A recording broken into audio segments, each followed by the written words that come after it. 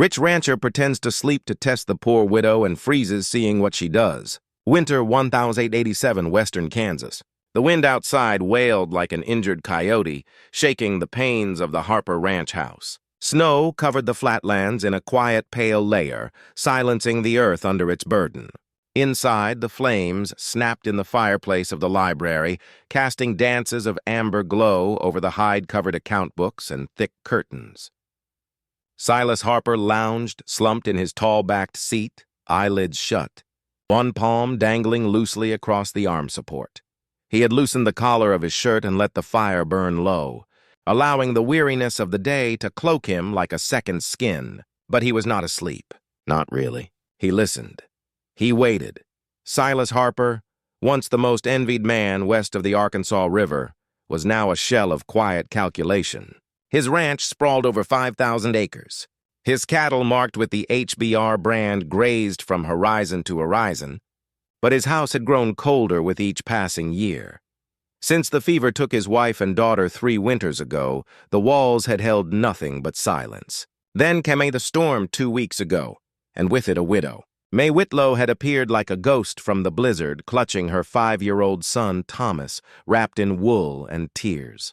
Silas had found them huddled beside the barn, half frozen. She had refused charity, only asking for work. Something in her eyes, haunted, proud, and tired, had made him grant it. He let her stay on trial, but tonight he would know for certain. He kept his breathing slow and even. The grandfather clock struck 11. Then soft footsteps. They came hesitantly, just barely audible above the crackle of the fire. The study door creaked open. A pause. Then it closed gently again. Silas did not move. He could smell the faintest trace of lavender and cold wool. She was here. May's steps crossed the floor. Careful not to disturb anything. Silas expected her to reach for the ledgers, perhaps glance through drawers, but she did not. Instead, he heard a second, smaller set of footsteps. "Mama," the little voice whispered. Silas's heart tightened. "Hush now," May murmured. "He's sleeping." There was the rustle of fabric as she knelt on the rug just a few feet away from where Silas sat motionless. "Is he still sad, Mama?" "May see him." "Yes, baby. I think so. Like Papa used to be." There was a pause. Yes. A different kind of sad, but it still lives in his eyes. Silas felt something shift inside him. Thomas spoke again. "He gave us firewood and food. Does that mean he's good?" May's answer came slow, thoughtful. "Yes, I believe so. A good man can still carry pain." Silas expected her to rise, then perhaps tuck the boy back to bed. But instead she whispered, "Let us pray." She took the boy's small hand and in a low, trembling voice began, "Dear Lord," she said, "thank you for this roof, for this warmth. And thank you for the man who gave it to us." Thomas echoed, "Thank you for Mr. Harper." May continued, her voice catching. "Please, if there is still kindness left in this world for him, help him find it. Let him know that he is not alone, even if he feels it. Help his heart to remember how to feel joy. He carries so much sorrow." Silas's throat closed, his hands curled slightly instinctively into the chair-sworn leather. May's voice softened further. "And help me, Lord, to earn what we've been given, to never take more than we need. And if the day comes when we must leave, let us do so with head held high, not as beggars, but with dignity." Thomas yawned. "Amen."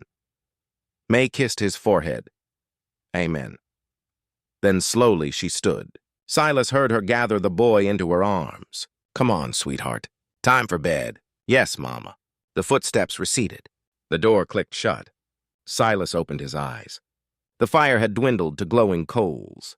His face felt warm, but his chest was burning. He sat in the silence they left behind, and for the first time in years he did not feel entirely alone. Harper Ranch 5 days later, the night stretched long and quiet, each one colder than the last.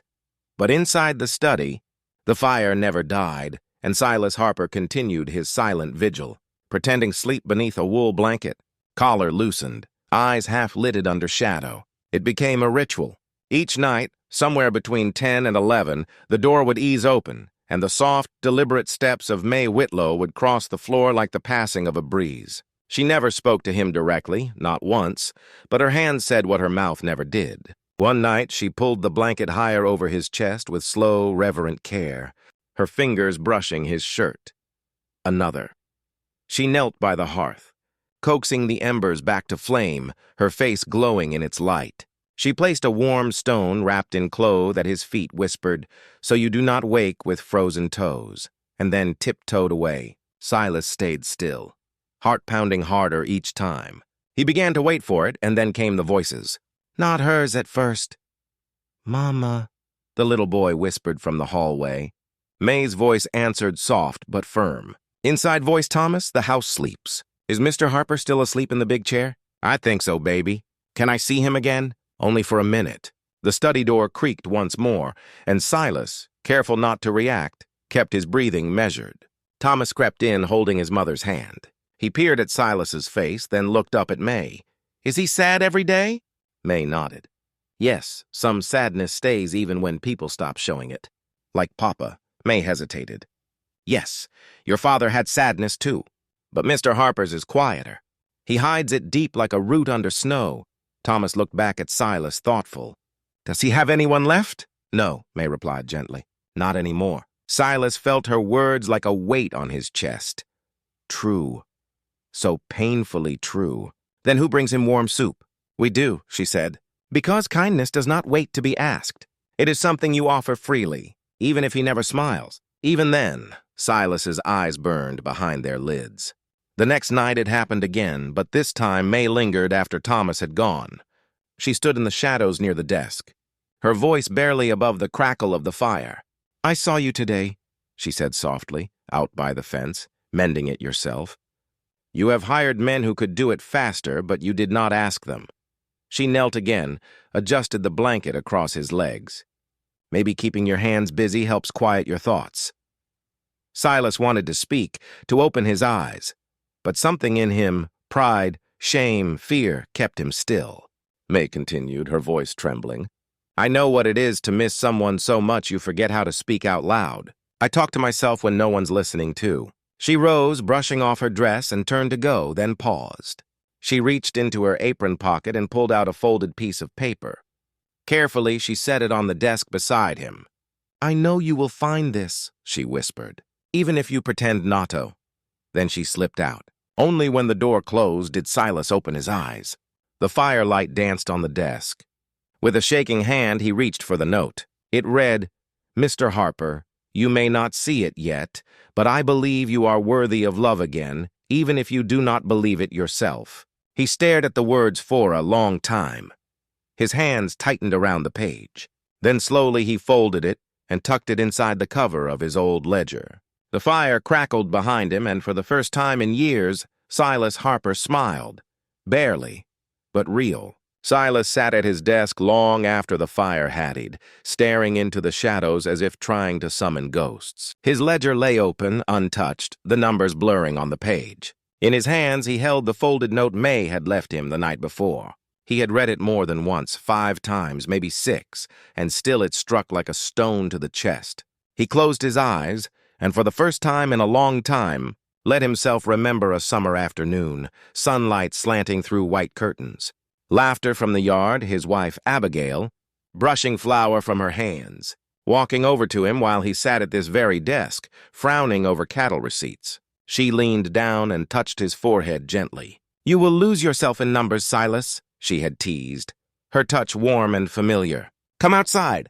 Life's not in the ink." That was the last day she ever smiled. The fever came swiftly, took their daughter first. Abigail followed 3 days later, and just like that, the house had fallen silent.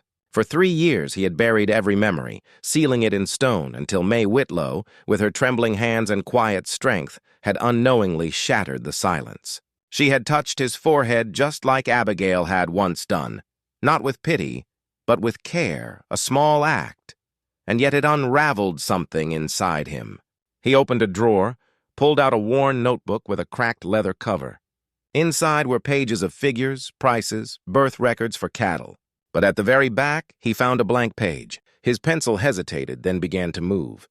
"She does not know. She thinks I am asleep when she speaks, when she prays." but her words stitched together the seams of something I thought had long torn apart. She does not know she is mending what I believe beyond repair. He paused, then added one final line. She does not know I smiled last night for the first time in 3 winters. The next morning, the knock at the study door startled him. "Come in," he said, expecting one of the ranch hands. Instead, Thomas entered, holding something behind his back. The boy's cheeks were pink from the cold, his blonde hair tousled, his boots too big for his feet.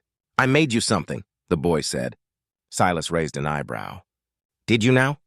Thomas stepped forward, revealing a folded piece of paper covered in bright smudges of blue, yellow, and green. He placed it on the desk, proud as a prize rooster. Silas unfolded it. It was a drawing, crude but clear. A man with a big brown hat standing beside a red barn. A little boy stood next to him, holding his hand. Both were smiling. In the sky, a yellow sun beamed down, and there were flowers. Above the scene in blocky letters, "Mr. Silas, when he is happy." Silas stared at the drawing for a long moment, heart thudding. "Do you like it?" Thomas asked, suddenly uncertain. Silas looked up, voice rougher than he meant. "Yes, I do very much," Thomas grinned. "Mama says, smiles are like lanterns. They don't chase away the dark, but they help you see where to go." Silas chuckled. Aerial sound. It startled them both. Thomas blinked, eyes wide. "You laughed." "I suppose I did," Silas replied, folding the drawing gently and placing it on his desk like it was worth more than gold. "Can I tell Mama you liked it?" "Yes," Silas said, then softer, and thank her for the lantern. The kitchen was dim that morning, lit only by the gray light seeping through frostbitten windows. A pot of water sat untouched on the stove, steam rising lazily, and the smell of onions barely lingered in the air. Silence hung heavy. Silas had woken earlier than usual. A strange pull in his chest, not unlike a whisper, had urged him down the stairs. He passed through the parlor and study without much thought. But when he reached the kitchen, he stopped cold. May was on the floor. She was crumpled beside the stove, her body curled like a child's, one hand still gripping a wooden spoon. Her shawl had slipped from her shoulders, her face, so pale, so still, was slick with sweat. May. Silas crossed the room in 3 long strides and dropped to his knees. Her skin was clammy, her lips cracked and colorless, her eyes fluttered open for a brief second. "Thomas, the soup," she mumbled. Silas scooped her into his arms before she could say another word. "You are burning up," he said under his breath, voice low with urgency. "You should have said something." He turned toward the hallway and barked, "Lydia." The older woman appeared moments later. Wiping her hands on a cloth, her posture stiff as ever, gray hair coiled tight at her nape, eyes sharp behind wire spectacles. "What is it?" she asked. And then her lips thinned as she took in the sight. "She collapsed," Silas said. "Where is Thomas?" "In the pantry, playing with the wooden crates." "I kept him busy." Silas nodded. "Good. Send for Dr. Rohr now at this hour." Lydia frowned. "Mr. Harper, she is a maid." "She is not just a maid," Silas growled, his voice louder than it had been in months. "Send for him."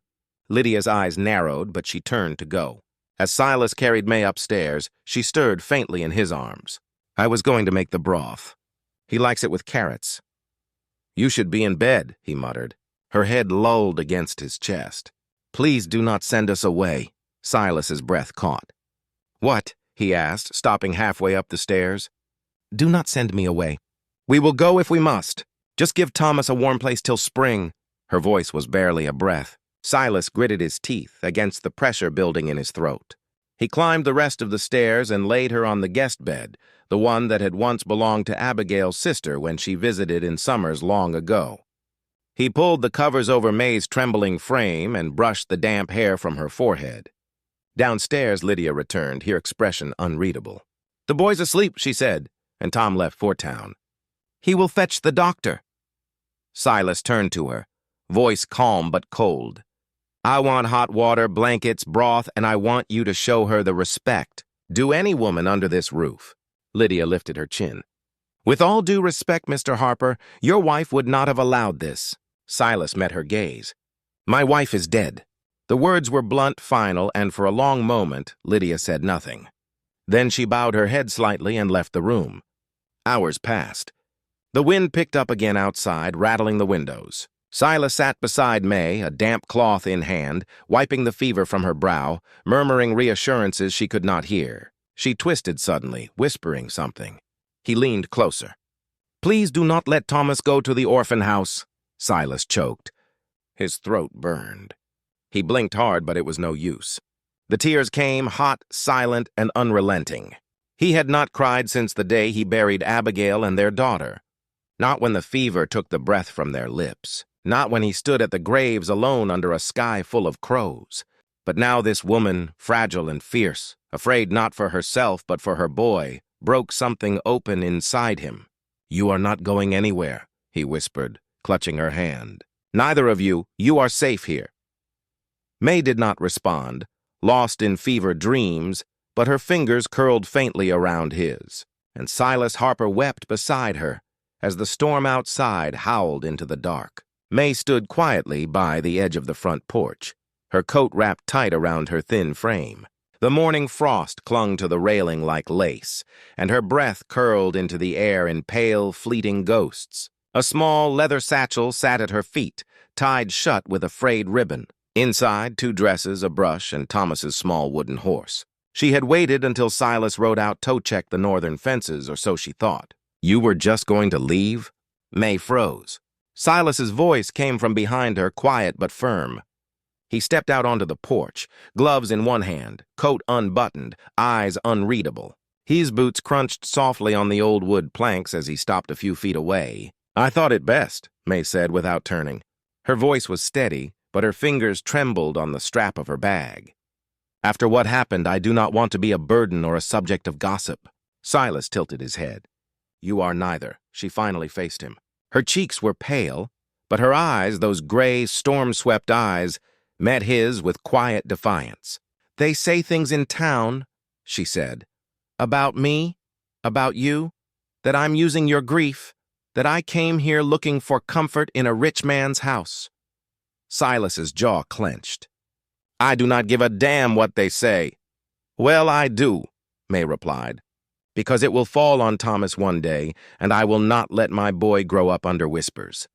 Silas took a slow step forward. "May," he said gently, "you do not need to earn your place here through work or pity, and you do not need to run just because people speak without knowing a thing." She shook her head, biting her lip. "You think I do not know what it looks like? A woman with nothing taking shelter under a man's roof." "You are not under my roof," he interrupted. "You are beside me." "That is different." May went still. Silence stretched between them, long and heavy. Then Silas spoke again, voice rough. "Stay. Not as a maid, not even as a guest. I want you here as someone I trust, as the one person who made this house feel alive again. Help me run this place. Be its heart, not just its hands." May's eyes filled, but she blinked quickly and looked away. "You do not know what you are asking," she whispered. "I once gave my heart to a man who promised safety. He left me with debts and a child to feed. I lost everything. Home, hope, trust." Silas stepped closer but did not reach for her. "I am not asking for your heart, May," he said. "I am offering you a place where it can heal." She looked up then, tears brimming. But after a long moment, she shook her head. "I cannot," she said, voice breaking. "Not yet.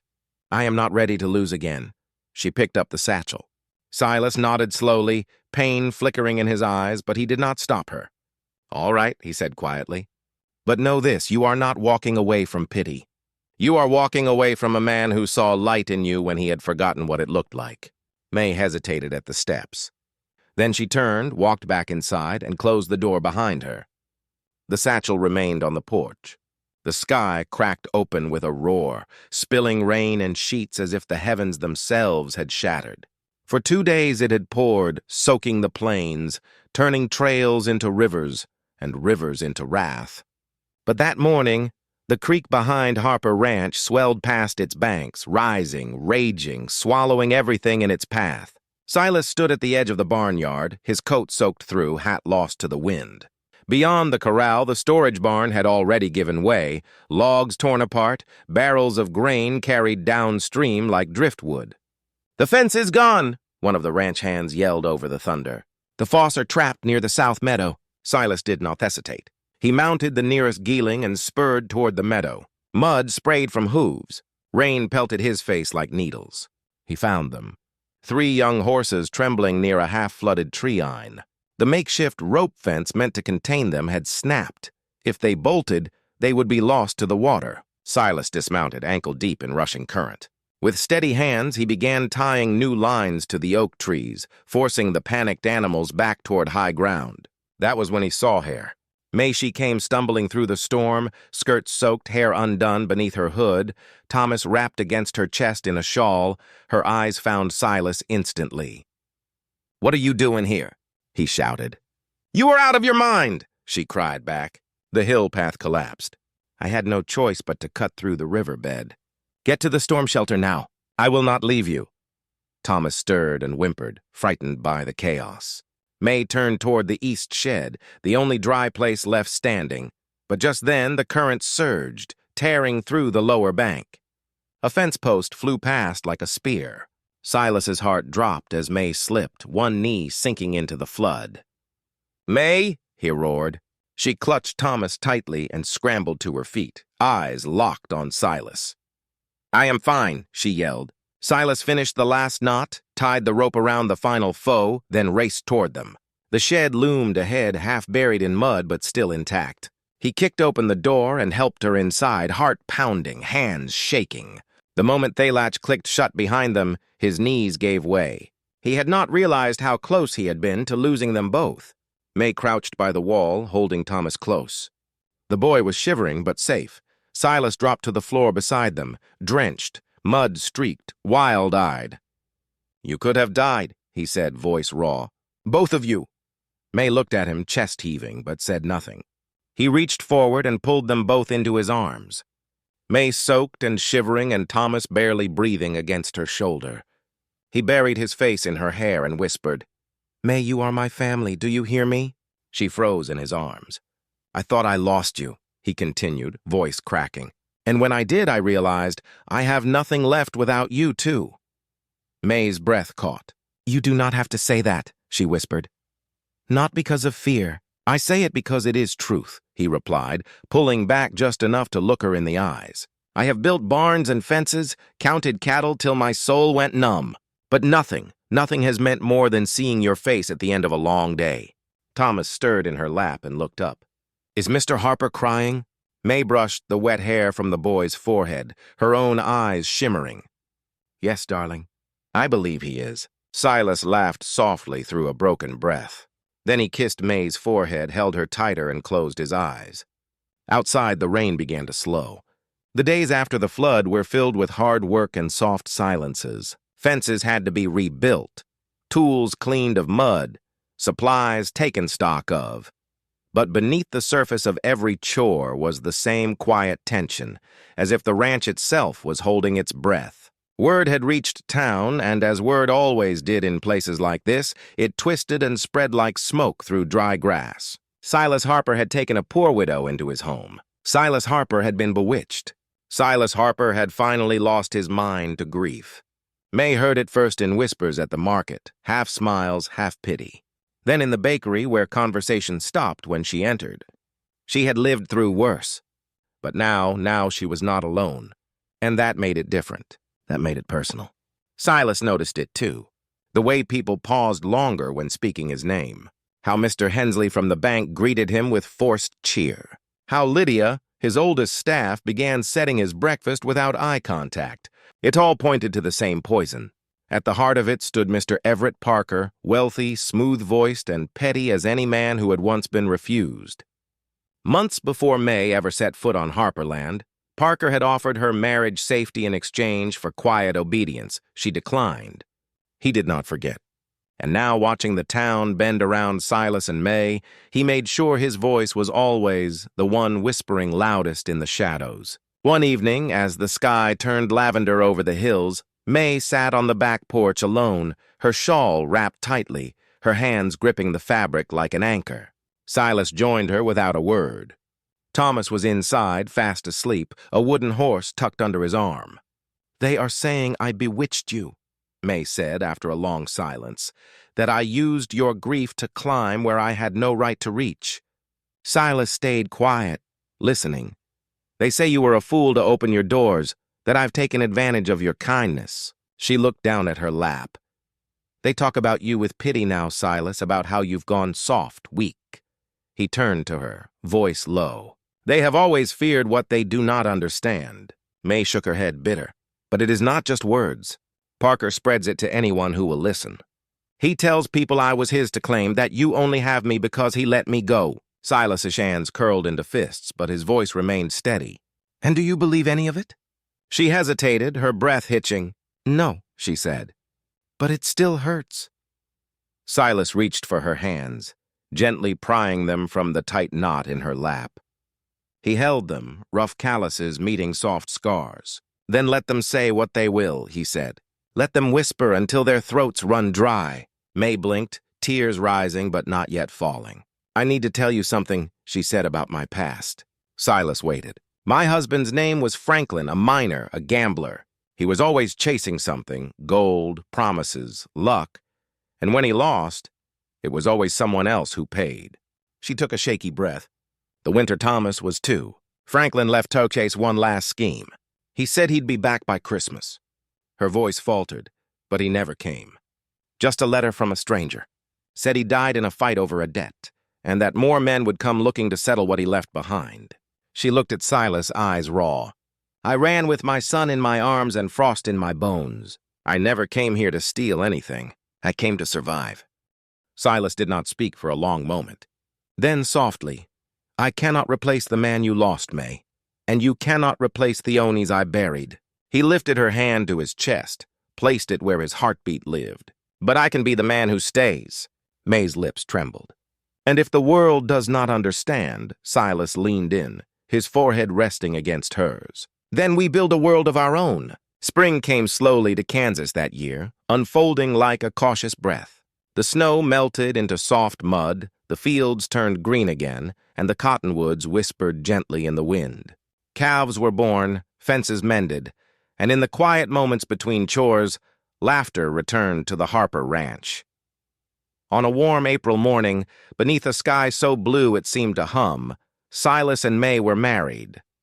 There was no grand hall, no preacher from the city, no curious townsfolk dressed in judgment. Just a circle of cottonwoods, the rustle of new leaves, and the simple presence of those who mattered. Thomas stood proudly between them, wearing a buttoned-up vest far too big and holding a bouquet of wild flowers he had picked himself. He insisted on being the ring-bearer and the best man. No one objected. May wore a pale blue dress, stitched from fabric Silas had once seen her admire in town. Her hair was swept up with pins borrowed from Lydia, who now stood quietly behind the porch, watching with a softened gaze. They said their vows beside the old hill near the grave of Abigail Harper and her daughter. A plum tree stood there now, thin, young, but already blooming. Silas and May had planted it weeks before. Assolent promised that life could begin again in the shadow of what was lost. When the words were spoken and hands joined, Silas kissed his bride beneath the branches heavy with white petals. The wind stirred, and the blossoms fell like snow around them. Thomas, holding his mother's hand, looked up in awe and whispered, "Mama!" "Mama May looks like an angel." May turned toward Silas, her eyes full of tears, not of sorrow but of something new, something whole. Silas leaned close, his voice quiet and steady. "That is the first time I have seen your smile belong to the future." May's lips trembled. "It is the first time it has known where to go." He pulled her close, wrapping his arms around both her and Thomas. They stood like that for a long while. Three souls who had once been broken, now stitched together, not by luck, but by quiet acts of courage, kindness, and love. And as the sun rose higher, the petals of the plum tree danced in the wind, carrying the scent of spring and something more, a beginning. And so, beneath the blooming plum tree, where old grief was laid to rest, a new love took root, not born of fairy tales, but of storms weathered, kindness earned, and second chances bravely taken. If this story touched your heart, let it echo by hitting that like button, sharing it with someone who still believes in the quiet power of love, and subscribing to Legends of the Wild West stories for more tales where bullets missed, but hearts did not. New stories every week. Stories of honor, heartbreak, and hope rising from the dust of the American frontier. Subscribe now and join us where love defies time, distance, and bloodlines. This is Legends of the Wild West stories where every ending leaves behind the echo of something real.